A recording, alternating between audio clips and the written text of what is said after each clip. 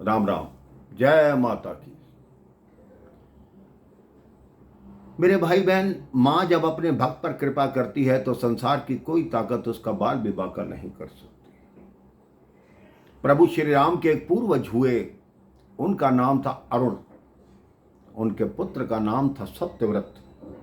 जो था तो उनका पुत्र बड़े ही धर्मात्मा राजा थे अरुण, लेकिन जो उनका पुत्र सत्यव्रत था वो कामी प्रवृत्ति का था और सारा दिन भोग विलासों में डूबा रहता। उनके पिता ने उनको अपने घर से निकाल दिया कि तुम्हारे जैसे हालात हैं, तुम मेरे घर में रहने योग्य नहीं हो, तुम यहाँ से चले जाओ। वो ऋषि वशिष्ठ से भी उनकी कोई बहस हो गई। वशिष्ठ ने शाप दे दिया कि जाओ पिशाच योनि को प्राप्त हो जाओ। अब वो जंगल में जाकर रहने लगा। उसमें सारे अवगुण थे, लेकिन एक गुण था, वो हमेशा माँ जगदम्बा की पूजा करता, उन्हीं का नाम लेता। मार्ग में एक ऋषि मिले, उन्होंने उनको माँ जगदम्बा की भक्ति के लिए एक मंत्र दे दिया। वो उसी मंत्र का जाप करता रहता। बहुत वर्ष बीत गए। बहुत वर्ष बीतने के बाद सत्यव्रत के मन में आया कि मैं क्या करूं, मेरे जीने से अब मुझे क्या लाभ। पिशाच के मेरे लक्षण होते जा रहे हैं, पूरा शरीर मेरा ऐसे हो गया है कि लोग मुझे देख के डरते हैं।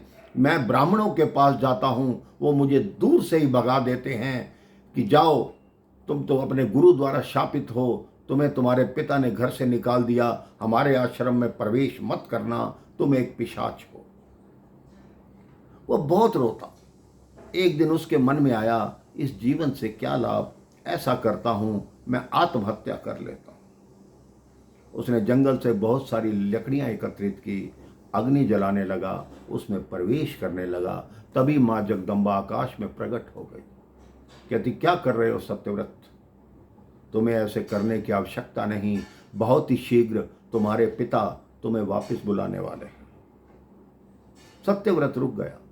जैसे ही उसे मां के दर्शन हुए मेरे भाई बहन, उसके शरीर से पिशाच के सारे लक्षण समाप्त हो गए। उधर उसके पिता के पास घूमते हुए किसी ने बताया कि आपका पुत्र तो आत्महत्या करने वाला था। तब उसके पिता को बड़ा दुख हुआ कि मैंने बहुत गलत किया जो अपने पुत्र को यहाँ से भगा दिया। जाओ मेरे पुत्र को ढूंढ कर लाओ। अब मेरा वानप्रस्थ जाने का समय हो गया है, मैं अपने पुत्र को राजगद्दी पर बिठाऊंगा, तत्पश्चात ही मैं वानप्रस्थ को जाऊंगा। सत्यव्रत को ढूंढ के लाया गया, सत्यव्रत को राज्य पर बिठाया गया। तत्पश्चात उसका विवाह हुआ, उनका एक पुत्र हुआ। उस पुत्र का नाम था हरिश्चंद्र, जो इस संसार के सबसे बड़े सत्यवादी हुए। सत्यवादी हरिश्चंद्र उनका नाम था। जब सत्यव्रत थोड़े वृद्ध हुए तो उन्होंने अपने पुत्र को राजपाट सौंपकर कहा कि अब मैं वानप्रस्थ आश्रम को जाता हूं। फिर उनकी वशिष्ठ जी से किसी बात पर बहस हो गई तो वशिष्ठ जी ने कहा, तुम तो वास्तव में ही चंडाल के चंडाल हो। अब उसमें चंडाल के लक्षण पैदा होने लगे। उन्होंने वशिष्ठ जी से केवल यह निवेदन किया था कि हे वशिष्ठ जी, मैं शरीर सहित स्वर्ग लोक को जाना चाहता हूं। वशिष्ठ जी ने कहा, नहीं, तुम तो चंडाल हो, ऐसे लोगों को स्वर्ग में जाने की अनुमति नहीं, तुम तो मर के भी स्वर्ग नहीं जा सकते, तुम तो शरीर सहित स्वर्ग जाना चाहते हो। अब वो फिर गंगा किनारे जाकर तप करने लगे। बहुत लोगों से पूछा, सब ने मना कर दिया। तब एक दिन ऋषि विश्वामित्र जी अपनी बहुत सालों की तपस्या के बाद अपनी पत्नी और पुत्रों को देखने के लिए आए। उन्होंने कहा, यहाँ तो बहुत भारी अकाल पड़ा था, तुमने जीवन कैसे काटा। विश्वामित्र जी की पत्नी ने कहा कि अकाल तो बहुत था, लेकिन राजा सत्यव्रत ने हमारी बहुत सहायता की। आजकल वो बड़ी परेशानी में हैं, बेचारे गंगा किनारे तपस्या कर रहे हैं। गुरु वशिष्ठ ने उनको चंडाल होने का शाप दिया है। ऋषि विश्वामित्र ने कहा कि जिसने तुम्हारी सहायता की, मैं उसकी सहायता करूंगा। ऋषि विश्वामित्र सत्यव्रत जी के पास पहुंच गए। उनकी आकृति ऐसे हो गई थी जैसे कोई त्रिशंकु है, इसलिए सब उनको त्रिशंकु के नाम से ही जानते थे। ऋषि विश्वामित्र ने एक यज्ञ का आयोजन किया। उस यज्ञ में माँ जगदम्बा का आह्वान किया और जो सत्यव्रत की इच्छा थी, त्रिशंकु की इच्छा थी कि मुझे शरीर सहित स्वर्ग जाना है, विश्वामित्र ने उस मंत्र के बल से, उस यज्ञ के बल से उनको शरीर सहित स्वर्गलोक को भेज दिया। देवराज इंद्र के द्वारपालों ने बताया कि महाराज एक अजीब से शरीर वाला व्यक्ति इस ओर उड़ता हुआ आ रहा है। इंद्र ने कहा उसको तुरंत नीचे फेंक दो, उसको यहाँ आने की अनुमति नहीं।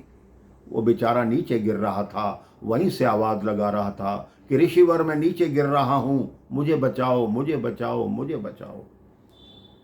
तो ऋषि विश्वामित्र ने कहा तुम घबराओ मत, माँ जगदम्बा की कृपा से मैं तुम्हारे लिए एक अलग स्वर्ग की स्थापना करूंगा जिसमें तुम्हारा ही निवास होगा, तुम ही वहां के राजा होगे। तब ऋषि विश्वामित्र ने माता रानी की कृपा से, माँ जगदम्बा की कृपा से त्रिशंकु के लिए एक अलग स्वर्ग की स्थापना की। मेरे भाई बहन, त्रिशंकु संसार का पहला ऐसा व्यक्ति था जो शरीर सहित स्वर्ग लोक को गया। तो इसी तरह जिस पर माँ की कृपा होती है उसके कार्य सदैव बनते हैं, उसके सब बिगड़े कार्य बनते हैं, चाहे वो कितने भी पापों के शापों से युक्त हो, लेकिन माँ के दर्शन मात्र से वो सब पापों से मुक्त हो जाता है और बढ़िया बढ़िया जीवन व्यतीत करता है। आप भी अपने जीवन में माँ का नाम गाइए, प्रभु श्री राम का नाम गाइए, प्रेम से बोलिए राम राम, जय श्री राम, जय माता की।